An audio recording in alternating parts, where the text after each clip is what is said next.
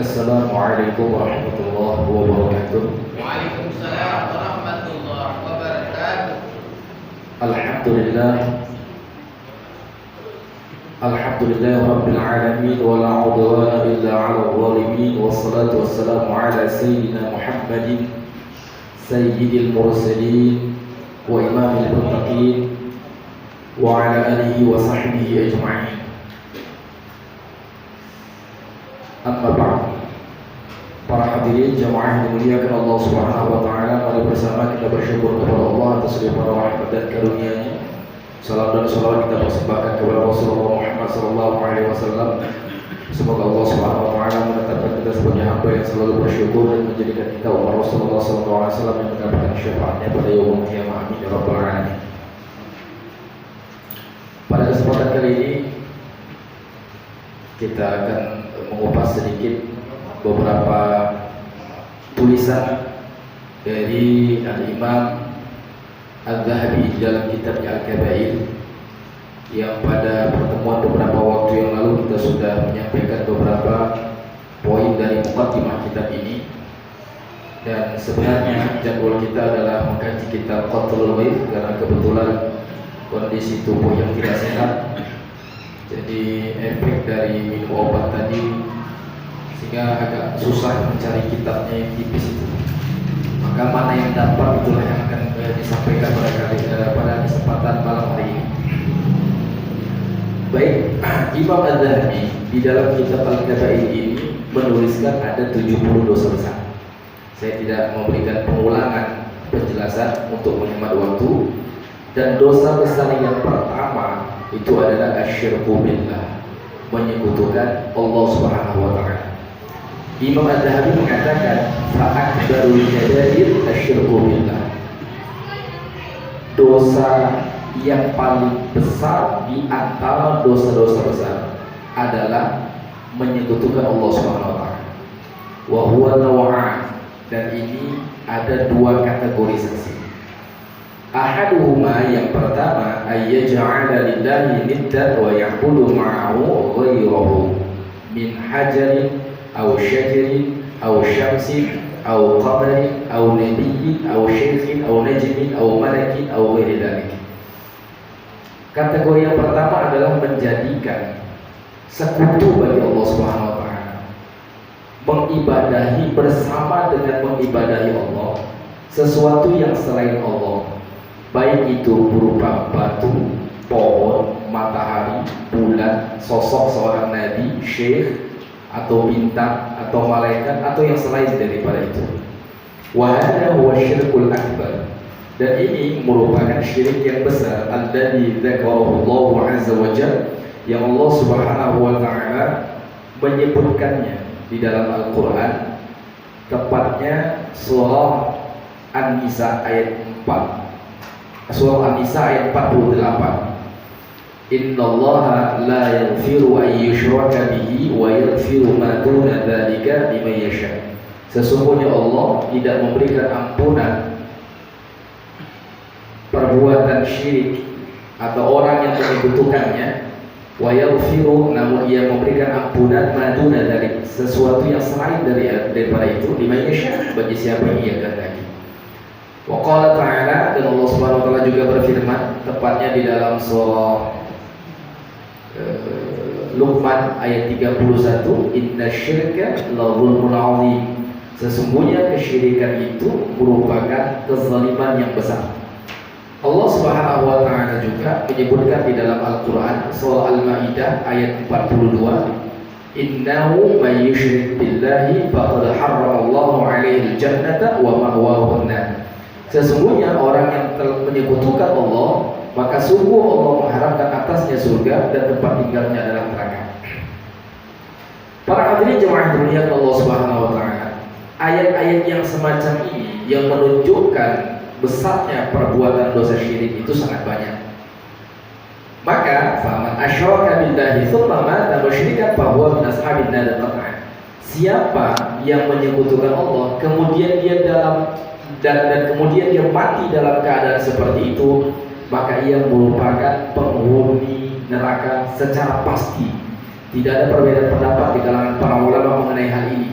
Ya, maka dikatakan bahwa min ashabin nari qat'an. Maka ia merupakan penghuni neraka secara pasti. Karena seperti annaman amana billahi wa mata mu'minan, seperti orang yang beriman kepada Allah dan mati dalam keadaan mukmin, bahwa min ashabil jannah, maka dia merupakan penduduk surga. Wa in 'udziba binnar, walaupun mungkin sebelumnya dia harus disiksa dulu di dalam neraka. Nah, bagian ini kita sudah sampaikan pada pertemuan sebelumnya di dalam kitab Qatlul Ghaib, bahwa orang yang beriman itu akhir dari kehidupan akhiratnya adalah masuk ke dalam surga. Ada orang masuk ke dalam surga, yadkhulul jannata bighairi hisab, masuk ke dalam surga tanpa melalui proses hisab. Jadi dia potong sistem birokrasi di akhirat itu. Karena sistem birokrasi di akhirat itu kan ada beberapa proses ya. Dikumpulkan di Al-Baqi, kita menyebutnya dengan istilah pada mahsyar, selama 1 hari tanpa mengenakan busana, jarak matahari di atas kepala hanya sejengkal, dikumpulkan bersama dengan semua orang tanpa ada klasifikasi kekuasaan, tanpa ada perbedaan pangkat, jabatan, harta, kekayaan, cantik, jeleknya fisik, semuanya dikumpulkan di satu tempat yang sama. Dan itu hanya 1 hari, tapi 1 harinya setara dengan 5.000 tahun. Lalu setelah itu ada satu proses di mana kita akan ditampakkan catatan amal. Catatan amal kita itu yang diletakkan di Lauhul Mahfuz itu berterbangan mencari tuannya masing-masing. Setelah itu diklasifikasi lagi catatan amal itu, yang baik diletakkan di kanan, yang buruk diletakkan di kiri. Lantas ditimbang. Yaumul mizan, yang baik diletakkan di kanan, yang buruk diletakkan di kiri, ditimbang. Ditentukan oleh arah lisanul mizan, arah jarum timbangan. Kalau jarum timbangan mengarah ke kanan, berarti kebaikannya mendominasi, dia selamat. Kalau jarum panjangnya dan jarum timbangannya mengarah ke kiri, berarti keburukannya yang lebih berat, maka dia menjadi orang yang binasa. Setelah dia mizan, maka mereka melewati jembatan sirat, yang di bawahnya adalah perut neraka, populunna. Orang yang mampu melampauinya itu langsung masuk ke dalam surga, karena di ujung jembatan adalah surga. Tapi orang yang melewati itu dengan beberapa kondisi yang berbeda.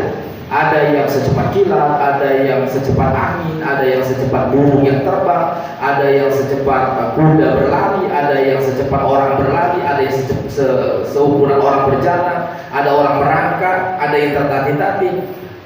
Dan kalau tidak mampu melampaui jembatan sirat, maka dia akan terjerumus masuk ke dalam neraka. Orang yang pertama sekali jatuh dari jembatan sirat adalah orang yang terakhir kali masuk ke dalam surga. Orang yang terakhir kali jatuh dari jembatan sirat adalah orang yang pertama sekali masuk ke dalam surga. Di antara mereka yang masuk ke dalam neraka. Ini prosesnya panjang sekali prosesnya. Nah, bagi orang-orang tertentu, mereka bisa masuk ke dalam surga tanpa melewati proses ini. Yadkhulul jannata bighairi hisab. Mereka tidak perlu melihat catatan amal mereka, karena itu sudah tidak penting lagi, sebab surga sudah memanggil mereka. Jadi orang beriman yang pertama. Ada orang beriman yang kedua, mereka harus melewati semua prosesnya, tapi prosesnya dengan sangat mudah sekali, karena catatan amalnya lebih banyak daripada catatan keburukannya. Tetap masuk ke dalam surga tanpa harus masuk ke dalam neraka. Ada yang dia harus masuk ke dalam neraka dulu, karena ternyata catatan amalnya tidak cukup untuk membuatnya masuk langsung ke dalam surga, tapi dia harus singgah dulu ke dalam neraka, menebus seberapa banyak kesalahan yang sudah dia lakukan. Nah, intinya baik poin yang pertama, poin yang kedua, poin yang ketiga, sepanjang mereka masih beriman kepada Allah Subhanahu wa taala, berkesempatan untuk masuk ke dalam surga Allah Subhanahu wa taala. Oleh sebab itu, orang-orang yang beriman ini tidak boleh dituduh sebagai orang yang kafir.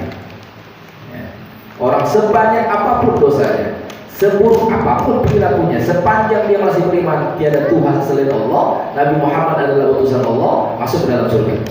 Sebanyak apapun dosanya, sebesar apapun perbuatan buruk yang sudah dilakukan, dia tetap berpotensi masuk ke dalam surga. Hati-hati menuduh orang beriman kafir, maka tuduhan kafir itu bisa kembali kepada orang yang menuduh. Makanya di dalam kajian tauhid itu, penyebab kekafiran itu ada 3. Ada namanya kafir i'tiqadi, keyakinan yang menyebabkan seseorang itu menjadi kafir. Ada yang disebut kafir fi'li, perbuatan saja sudah mengkategorikan seseorang itu menjadi kafir.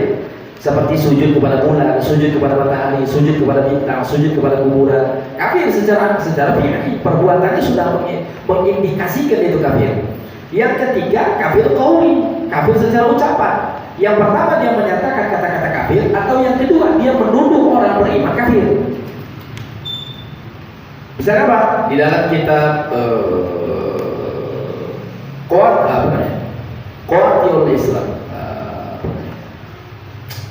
yang ditulis oleh Al-Imam Ibnu Hajar Al-Haytami, nama kitabnya itu lupa saya nama kitabnya, Qawaidul Islam. Imam Ibnu Hajar Al-Asqalani mengatakan al-kufru fi qawli ana kafir, ucapan hukum kekafiran bagi orang yang mengatakan aku kafir wadih. Al-kufru fi qawli ana kafir wadih. Hukum kekafiran bagi orang yang mengatakan aku kafir, maka itu jelas. Apakah dia mengucapkan itu main-main, atau dia mengucapkannya itu bercanda, atau dia mengucapkannya itu dengan tujuan-tujuan yang lain, bukan secara sengaja dia mengatakan itu kafir, maka jatuh kafir. Ini kekafiran yang disebutkan oleh ucapannya. Sama seperti menuduh orang kafir, karena Rasulullah Muhammad SAW bersabda,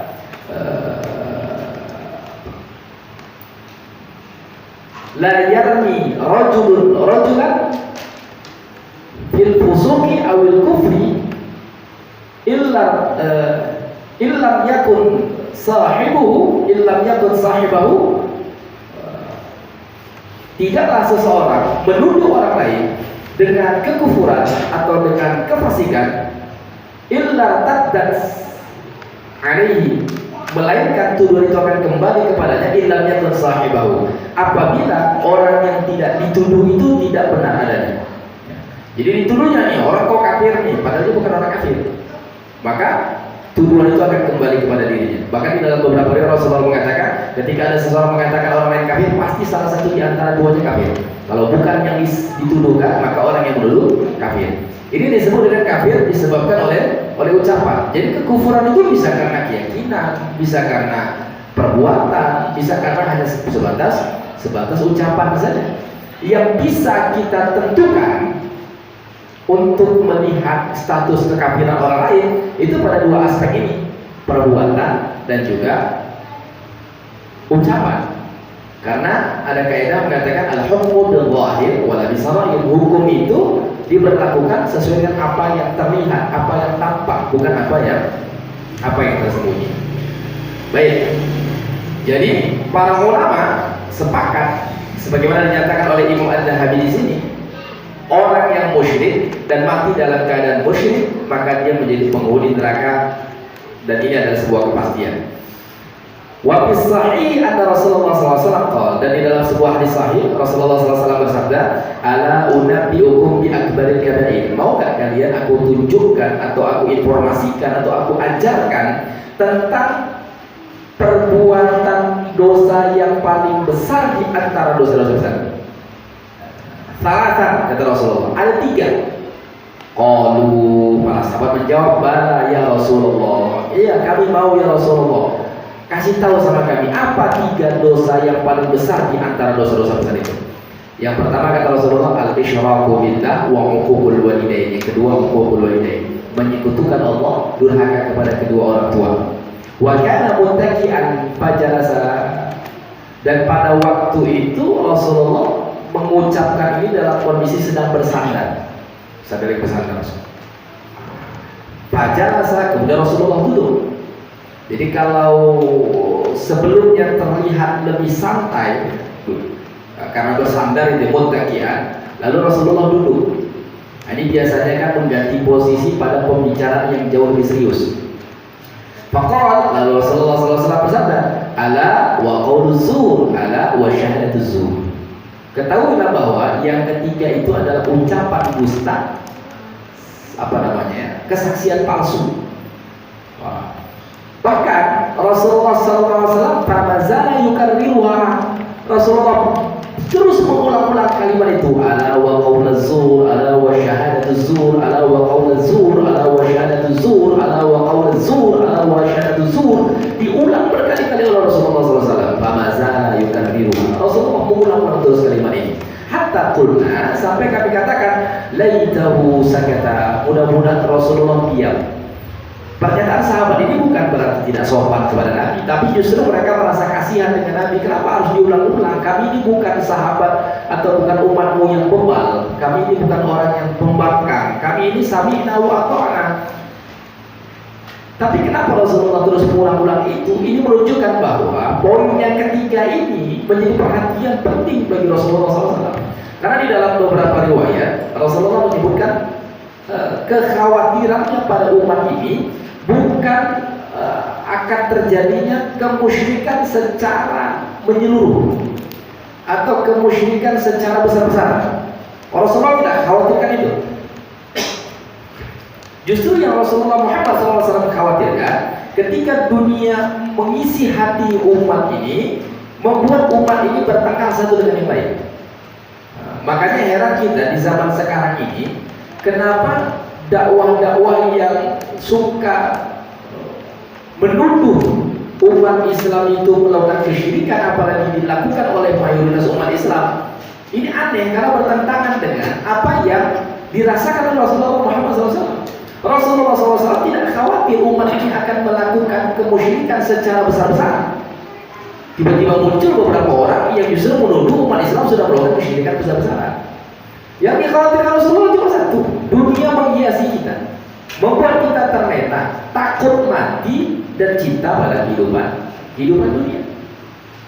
Dan ini sudah mulai terjadi hari ini. Dan itu dapat terlihat di mana munculnya orang-orang yang tidak lagi berani, tidak lagi sanggup mengatakan kebenaran hanya karena takut menerima konsekuensi dari pernyataan itu. Jadi yang ditakutkan oleh Rasulullah yang ketiga itu adalah ucapan dusta.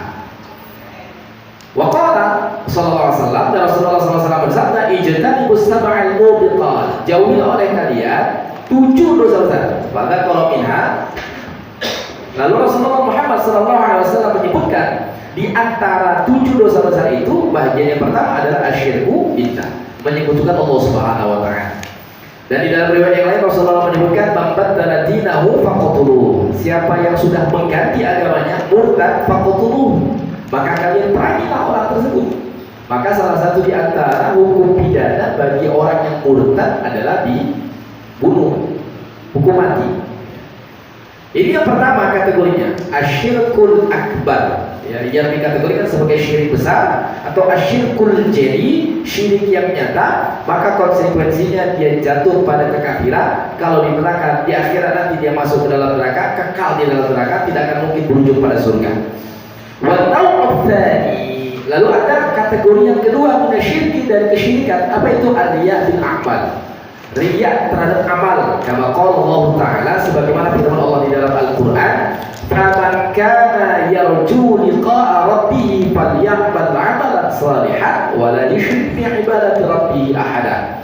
Maka hendaklah orang-orang yang mengharapkan bertemu dengan Tuhannya, hendaklah ia beramal dengan amal yang saleh dan tidak menyekutukan Tuhannya ketika beribadah kepadanya, dan tidak menyekutukan Tuhannya dengan sesuatu pun ketika beribadah kepadanya. Maksud ayat ini surah Al-Kahfi ayat 110 adalah la yura'i bi'amalihi ahadan, tidak menampakkan amalnya untuk mendapatkan perhatian dari seorang pun. Jadi sederhananya, riya itu terambil dari kata ru'yah yang artinya memperlihatkan. Dan ini bahagian dari perbuatan hati yang tidak bisa dihakimi oleh orang lain. Jadi ukuran riya dan tidak riya itu nggak bisa orang lain yang menilainya. Hanya diri kita sendiri yang mampu menilainya. Saya sering sekali mengkritisi ada orang yang ketika bersedekah, di saat hendak menyebutkan namanya, dia memilih menyatakan udahlah hamba Allah saja. Apa tujuannya? Biar supaya tidak riya. Bukan itu. Makanya di dalam kitab Al-Adhkar yang ditulis oleh Imam An-Nawawi pada bahagian-bahagian pertama, dia mengutip satu keterangan yang disampaikan oleh Qadhi Iyad rahmatullah alaih, yang mengatakan bahwasanya al-amalu linnas, amal yang dilakukan karena manusia, asyirk, adalah kesyirikan. Wa tarkul amal linnas, sedangkan meninggalkan amal karena manusia, linnas, adalah riya'un, perbuatan riya'. Jadi terkadang ada orang begini, aku sholat di rumah aja lah, nanti kalau aku sholat di masjid nampak orang, aku nampak riya' aku. Justru perbuatan seperti itu lah riya'. Memilih tidak melakukan satu amalan hanya karena takut dilihat orang lain, disitulah poin riya'. Poin riya'-nya di situ. Itu kata Qadhi Iyad. Jadi riya' itu adalah perbuatan hati yang tidak bisa dihakimi oleh orang lain. Namun makna riya' itu menjadi sangat luas sekali. Setiap dorongan yang membuat kita beramal bukan karena Allah atau bukan karena mengharapkan janji surganya Allah SWT, kebaikan di akhirat, maka semua amal itu satu pintu dengan keriaan tadi. Makanya tidak ada satu ayat pun atau tidak ada satu hadis pun yang akan kita temukan di mana syariat mendorong kita berbuat baik untuk mendapatkan kehidupan dunia. Saya termasuk orang yang dari dulu mengkritisi ketika ada orang mengatakan ayo bersedekah biar supaya bisnismu lancar, ayo bersedekah biar supaya rezekimu bertambah, ayo berbuat ini biar supaya ini, ayo berbuat itu biar supaya ini. Kenapa? Karena memang tidak ada dorongan dari syariat. Memang benar bahwa ada beberapa ayat Al-Quran yang menyebutkan perbuatan baik itu akan berbalas di dunia. Wa may yattaqillaha yaj'al lahu makhraja wa yarzuqhu min haitsu la yahtasib. Siapa yang bertakwa kepada Allah, masalahnya akan dilepaskan, jalan keluar akan diberikan. Wa yaj'al lahu makhraja, Allah akan menjadikan baginya jalan keluar dari masalah yang sedang dihadapi. Wa yarzuqhu min haitsu la yahtasib, akan dianugerahkan rezeki dari jalan yang tidak diduga-duga. Bertakwa, kasih rezeki yang banyak. Yang tidak diduga-duga jalannya dari mana, masalahnya dikasih jalan keluar. Wastaghfiru rabbakum innahu kana ghaffara yursilis samaa'a 'alaikum midrara wa yumdidukum bi amwalin wa banin wa yaj'al lakum jannatin wa yaj'al lakum anhara. Beristighfarlah kalian kepada Tuhan kalian, sesungguhnya Dia Maha Pengampun. Dengan beristighfar kita dapat ampunan. Selain itu, yursilis samaa'a 'alaikum midrara, akan diturunkan hujan yang begitu lebatnya dari langit. Wa yumdidukum bi amwalin wa banin, akan dibanyakkan untuk kalian anak-anak dan juga harta. Wa yaj'al lakum jannatin, kalian akan dijadikan kebun-kebun, wa anhara, dan juga dikasih sungai-sungai. Istighfar itu bahagian dari kebaikan, bahagian dari ibadah. Balasannya hujan turun, anak banyak, harta banyak, dikasih kebun, kemudian adanya sungai yang mengalir. Amal, ada ganjaran kebaikan di dunia. Wa man 'amila shalihan min dzakarin aw untha wa huwa mu'min falanuhyiyannahu hayatan thayyibah. Siapa yang beramal saleh, baik laki-laki maupun perempuan, sedangkan dia dalam keadaan beriman, maka kami akan berikan kehidupan yang baik kepadanya. Ayat-ayat yang semacam ini banyak. Hadis-hadis Nabi juga banyak menyebutkan itu. Misalnya haji dan umroh itu bukan hanya sekedar dapat menghapuskan dosa, tapi juga dapat menghilangkan kemiskinan.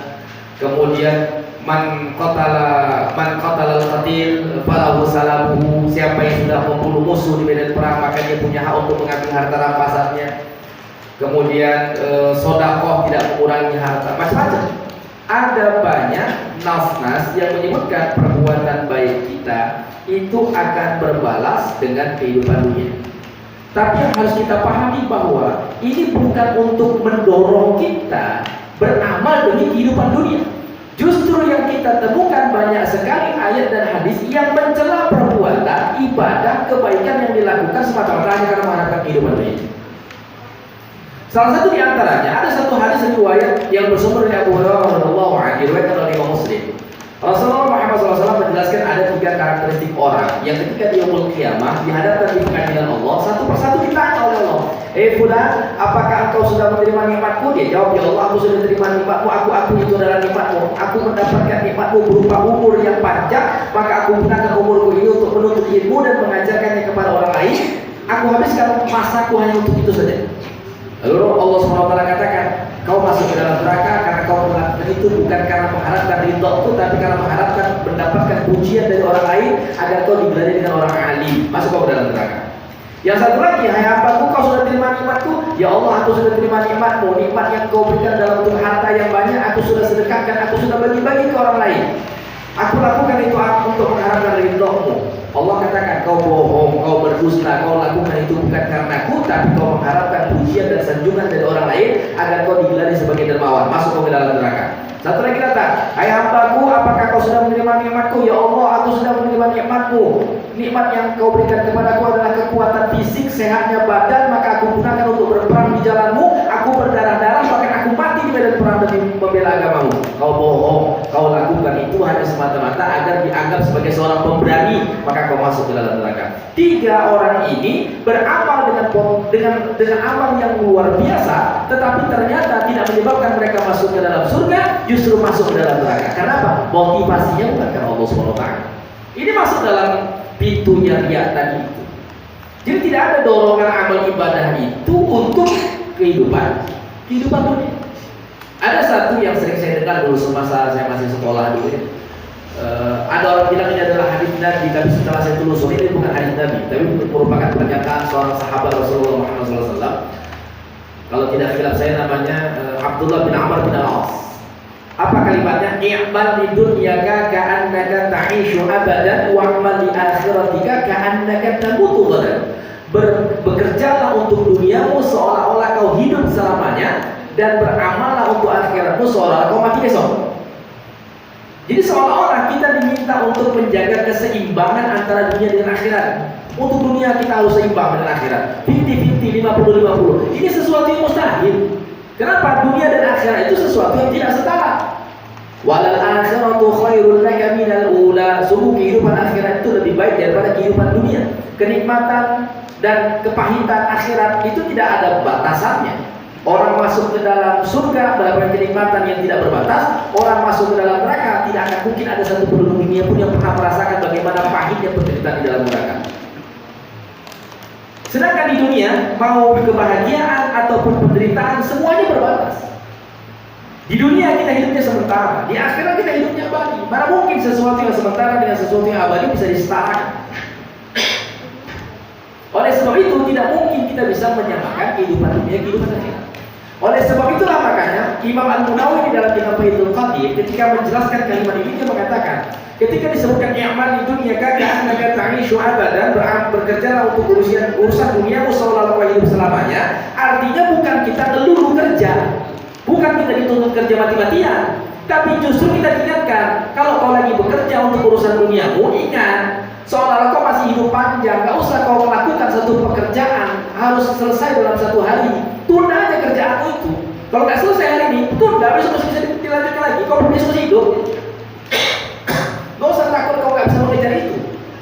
Nggak dapat target duit hari ini, besok bisa cari lagi. Besok kau masih hidup. Jangan hanya karena target duit nggak dapat hari ini, kemudian kau kerja mati-matian. Biasanya kau pergi pagi pulang sore, kau lembur sampai pulang malam, apa bahkan ada orang lembur nggak pulang-pulang. Untuk urusan dunia jangan dulu kerja. Kau bisa tunda itu untuk besok, kau bisa cari lagi besok. I'mal di dunia ka'annaka ta'ishu abadan. Jadi untuk urusan dunia, ya kalau pekerjaan ini silakan ikutkan. Tapi untuk urusan ibadah jangan kau tunda, karena tidak ada yang bisa memastikan kau besok masih hidup. Itu pesannya. Jadi pesannya tetap mengarahkan kita pada potensi kehidupan akhirat. Sama seperti ketika Allah SWT menyebutkan di dalam Al-Quran surah Qasas ayat 77. Ini juga sering dipakai oleh penceramah. Wabtaghi fima ataqallahu daral akhirah wa la tansa nasibaka minad dunya. Kejar kehidupan akhirat itu, tapi jangan lupa kehidupan dunia. Ini ayat sebenarnya berbicara tentang apa yang terjadi pada pamannya Nabi Musa yang bernama Qarun, terlalu serakah dengan harta yang dia miliki. Maka ayat ini menegur perilaku itu. Mungkinkah Allah Subhanahu wa menunjukkan kepada kita untuk 50-50 dunia dan akhirat. Tidak. Justru yang disebutkan di dalam ayat ibn wa batali fi ma ataqallahu daral, cari kehidupan akhirat. Kehidupan akhirat itu dikejar. Kehidupan dunia sebatas, tidak dilupakan. Sholat malam tapi jangan lupa sisakan waktu untuk tidur. Puasa tapi jangan lupa gunakan waktu untuk sahur, untuk berbuka. Silakan beribadah, tapi jangan lupa kalian harus bekerja, menafkahi keluarga. Silakan belajar, tapi jangan lupa ada posisi kalian harus menikah dan sebagainya. Nah, jadi kita dituntut untuk beramal untuk urusan dunia sebatas tidak dilupakan. Oleh sebab itulah makanya di dalam sebuah hadis di dalam kitab Syu'abul Iman Imam Al-Baihaqi bersumber dari Hudzaifah Al-Yamani, ia mengatakan begini, kana rajulani min ashab Nabi sallallahu alaihi wasallam, dua orang sahabat Rasulullah sallallahu alaihi wasallam itu idza yaltaqiya lam yatafarraqa hatta yaqula 'ala al-akhar wal 'asri innal insana lafi khusr. Apabila dua orang sahabat Nabi ketemu, tidaklah mereka berpisah sampai sebelumnya salah seorang di antara mereka akan baca dulu surah Al-Asr. Wal 'asri innal insana lafi khusr. Makanya Imam Al-Bajuri di dalam kitab Hasyi Al-Bajuri mengatakan salah satu yang disunnahkan itu ketika menutup majelis itu membaca surah Al-Asr. Misalnya ini saya mau ceramah nih kan, saya lagi ceramah nih kan, nanti ketika saya menutup tuh wal 'asri innal insana lafi khusr illa alladziina aamanu wa 'amilus shalihaati wa tawassaw bil haqqi wa tawassaw bis sabr. Wassalamualaikum warahmatullahi wabarakatuh. Sunnahnya begitu. Kata Imam Al-Bajuri. Jadi dibaca apa? Surah Al-Asr untuk menutup majelis.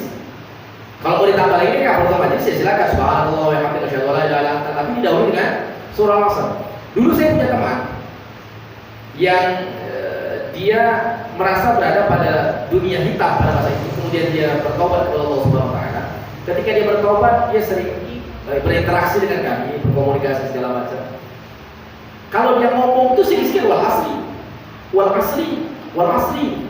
Saya yang waktu itu masih belia belajar agama, saya berpikir, kok kayaknya agama ini cuma wal asri saja. Sedikit-sedikit kemana-mana wal asri, sedikit-sedikit kemana-mana wal asri. Namun belakangan saya menemukan pernyataan dari Imam Asy-Syafi'i. Imam Asy-Syafi'i itu mengatakan begini, kalau seandainya Allah tidak menurunkan ayat lain selain surah Al-Asr, maka surah Al-Asr ini cukup untuk manusia. Surah Al-Asr saja cukup untuk kita. Kalau tidak ada ayat yang lain, tidak ada surah yang lain. Karena ternyata isi kandungan makna di dalam surah Al-Asr itu sangat luar biasa dalam. Kita diingatkan bahwa masa kita itu sangat terbatas, sangat pendek sekali. Apalagi wal asr, asr itu memiliki dua makna. Yang pertama asr artinya perasan. Makanya orang Arab itu ketika menyebutkan jus buah itu asir. Jus buah, buah yang diperas kemudian menjadi cairan minuman. Itu asir namanya. Jadi asr itu perasan. Sedangkan asr makna lainnya adalah waktu penghujung siang. Makanya sholat asar itu posisi di waktu sore. Apa hubungan kedua makna ini? Jadi kalau di dalam Al-Quran itu untuk memahami setiap ayatnya atau memahami setiap surahnya, salah satu metodologi yang digunakan adalah munasabatul ayat bil ayat, menghubungkan satu ayat dengan ayat berikutnya, menghubungkan satu surah dengan surah berikutnya. Surah Al-Asr ini posisinya kalau berdasarkan kronologi penurunannya, itu yang pertama turun itu adalah surah Al-Adiyah, kemudian surah Al-Asr, lalu dengan surah Al-Insyirah. Al-Adiyah, Al-Asr, Al-Insyirah. Kalau dilihat dari kronologis turunnya kepada Rasulullah Muhammad SAW. Tapi kalau melihat dari penyusunan tertib ayat Qur'annya, itu dimulai dari At-Takatsur, Al-Asr, baru Al-Humazah. Karena apa? Al-Quran itu turunnya kan dua fase. Yang pertama turun secara jumlah dan wahidatan, utuh satu paket dalam satu kitab, dimulai dari surah Al-Fatihah, ditutup dengan surah An-Nas, terdiri dari 6.236 ayat, 30 juzuk, 114 surah, turun sekaligus dari Lauhul Mahfuz ke langit dunia. Dari langit dunia ini kepada Rasulullah SAW diturunkan secara acak dan berangsur-angsur menyesuaikan dengan peristiwa yang terjadi. Makanya ketika kita buka Al-Quran, yang kita temukan pertama bukan surah Al-Alaq ayat 1 sampai 5. Iqra bismi rabbikal ladzi khalaq. Padahal yang pertama turun. Kenapa? Dia disesuaikan yang untuk kita baca. Itu apa yang ada di langit dunia yang diturunkan dari Lauhul Mahfuz. Loh, dari mana para sahabat bisa tahu menuliskannya itu sesuai dengan urutan di Lauhul Mahfuz? Ya Rasulullah yang mengajarkan kepada mereka. Apa buktinya? Ada satu riwayat di mana proses turunnya ayat itu kan terus terjadi. Seorang sahabat sholat di belakang Rasulullah Muhammad SAW. Saat ia mendapati Rasulullah sedang sholat, dia menjadikan Rasulullah sebagai imamnya, dia menjadi makmum. Rasulullah lagi baca surah Al-Baqarah. Ini pernyataan dia nih kan. Rasulullah lagi baca surah Al-Baqarah. Dia menduga, ini kalau selesai surah Al-Baqarah, Rasulullah pasti akan segera ruku. Ternyata surah Al-Baqarah sudah selesai, Rasulullah lanjut lagi surah Ali Imran. Sahabat ini masih bersabar. Jangan-jangan selesai surah Ali Imran ayat 200, Rasulullah SAW segera ruku. Rupanya setelah surah Ali Imran selesai dibaca, Rasulullah melanjutkan lagi surah An-Nisa. Akhirnya sahabat ini memiliki warokah, nggak sanggup dia mengikuti sholatnya Rasulullah SAW. Tapi dari riwayat ini jelas bahwasanya sudah ada urutannya kan. Al-Baqarah dulu, Ali Imran kedua, setelah itu An-Nisa, dan sudah ada jumlah banyaknya. Makanya sahabat ini nggak tahan dengan jumlah yang banyak. Al-Baqarah 286, Ali Imran 200, An-Nisa 176. Wih, banyak betul itu. Sudah ada urutannya. Padahal saat itu ayat Al-Quran turunnya masih acak random sesuai dengan fenomena yang terjadi. Itulah salah satu alasan kenapa malaikat Jibril secara khusus datang kepada Rasulullah setiap bulan Ramadan untuk mentasbih baca Rasulullah. Kurang fasih apa rupanya Rasulullah itu. Cuma salah satu di antara alasan malaikat Jibril datang bukan hanya sekedar mentasbih, tapi menyesuaikan urutannya. Karena yang melihat langsung dalam satu kitab itu malaikat Jibril. Dia yang kutip-kutip itu nyampaikan ini, kutipnya sampaikan sini. Setelah itu datang malaikat Jibril, oh ini susunya Rasul, ini dari sini, dari sini, dari sini. Makanya para ulama Quran mengatakan bahwa penulisan Al-Quran itu secara tauqifi. Oleh sebab itu, salah satu di antara ijaz Al-Quran, bukti kesesuaiannya tadi itu, walaupun secara kronologis Al-Adiyah turun, baru surah Al-Asr, berikutnya surah Al-Insyirah, tapi penulisannya At-Takatsur, Al-Asr. Ternyata antara At-Takatsur dan Al-Asr itu memiliki korelasi. Ingat, alhaakumut takatsur hatta zurtumul maqabir. Berkompetisi meraih kebahagiaan dunia, perhiasan dunia, kemegahan dunia sudah membuat kalian lalai. Kelalaian itu tidak terjadi hanya sekali tapi berkali-kali, hatta zurtumul maqabir, sampai kalian dihantarkan ke liang kubur. Lalu kita diingatkan, kalla sawfa ta'lamun tsumma kalla sawfa ta'lamun. Surah Al-Asr menyebutkan di ayat pertama wal 'asr. Demi masa mana? Masa mendekati penghujung, di mana manusia sudah menghabiskan segenap energi dan potensinya untuk mengejar kehidupan dunia. Waktu kita sudah semakin sedikit. Wal 'asr. Lalu kita diingatkan kembali, innal insana lafi khusr. Sesungguhnya manusia itu dalam keadaan rugi. Lalu berikutnya, siapa yang tidak merugi? Mampu menunaikan hak Allah, mampu menunaikan hak makhluk. Hak Allah itu alladzina amanu wa 'amilus shalihat, beriman dan beramal saleh. Hak makhluk itu wa tawassaw bil haqq wa tawassaw bis sabr. Nah, jadi para hadirin muliakan Allah Subhanahu wa taala, kita tidak akan menemukan satu ayat pun di dalam Al-Qur'an yang mendorong kita untuk beramal karena urusan dunia. Walaupun ada ayat-ayat yang menyebutkan bahwasanya beramal baik itu dapat kehidupan dunia. Alasannya kenapa ada ayat-ayat Al-Quran yang menyebutkan adanya amal baik itu berbalas kehidupan dunia? Dua. Yang pertama, untuk menguatkan orang yang imannya masih lemah, di mana ketika dia melakukan kebaikan masih tertatih-tatih. Ada orang yang baru bertaubat, takut kalau nanti aku bertaubat kehilangan kawan. Ada orang mau bersedekah, takut kalau aku sedekah nanti modalku kurang. Ada orang yang mau sholat, takut nanti kalau aku sholat hilang pekerjaan. Maka untuk orang-orang yang masih lemah imannya seperti ini, dikuatkan seolah-olah Allah memberi pesan kepada dia, jangan takut kalau urusan dunia, kau beribadah kepada urusan dunia nanti akan selesaikan. Ini untuk orang yang tertatih-tatih. Kemudian yang kedua, untuk membuktikan kebenaran janji Allah Subhanahu wa taala. Ada janji Allah di akhirat bagi orang yang beramal saleh. Namun Allah buktikan terlebih dahulu, jangankan di akhirat, dunia aja aku kasih perstopnya. Di dunia saya sudah kasih DP. Orang yang beramal saleh kasih kehidupan yang baik. Jadi para hadirin muliakan Allah Subhanahu wa taala, makanya Imam Al-Qurtubi dalam kitabnya Al-Mufhim lima Ashkala min Talkhis Kitab Muslim menyebutkan bahwasanya ada 3 kategori orang beramal. Yang pertama, apabila orang beramal karena mengharapkan kehidupan dunia murni hanya karena dunia saja, maka dia masuk dalam kategori asyirkul akbar, syirik yang besar, dia bisa jatuh pada kekufuran, kekal di dalam neraka. Yang kedua, ada orang yang beramal motivasinya untuk dunia juga untuk akhirat, tapi motivasi dunianya lebih kuat daripada motivasi akhiratnya, atau motivasi dunia dan akhiratnya setara. Ini kata Imam Al-Qurtubi masuk dalam kategori yang sama dengan kategori yang pertama. Sama saja itu. Kenapa? Memposisikan dunia dan akhirat sama. Ini yang tadi kita katakan ya, seimbangkan antara dunia dan akhirat. Memposisikan seimbang dunia dan akhirat itu sama dengan kelompok yang pertama. Padahal dunia dan akhirat itu tidak seimbang. Dan yang ketiga, ada orang yang punya motivasi akhirat, ada orang yang punya motivasi dunia, motivasi akhiratnya mendominasi.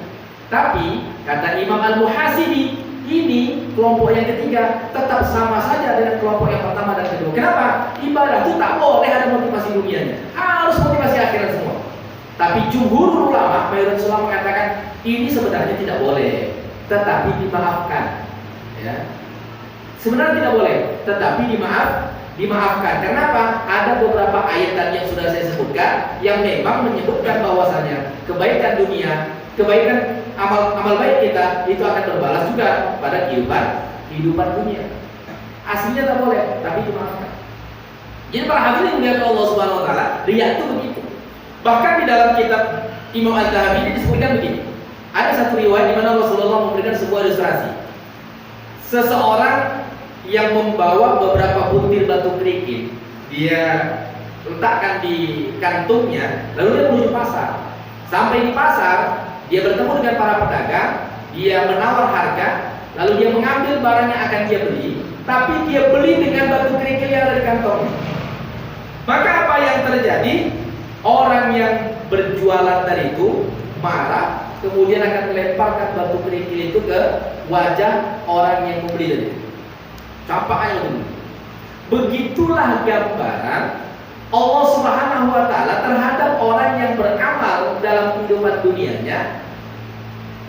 Namun motivasinya bukan karena Allah, tapi karena kehidupan dunia.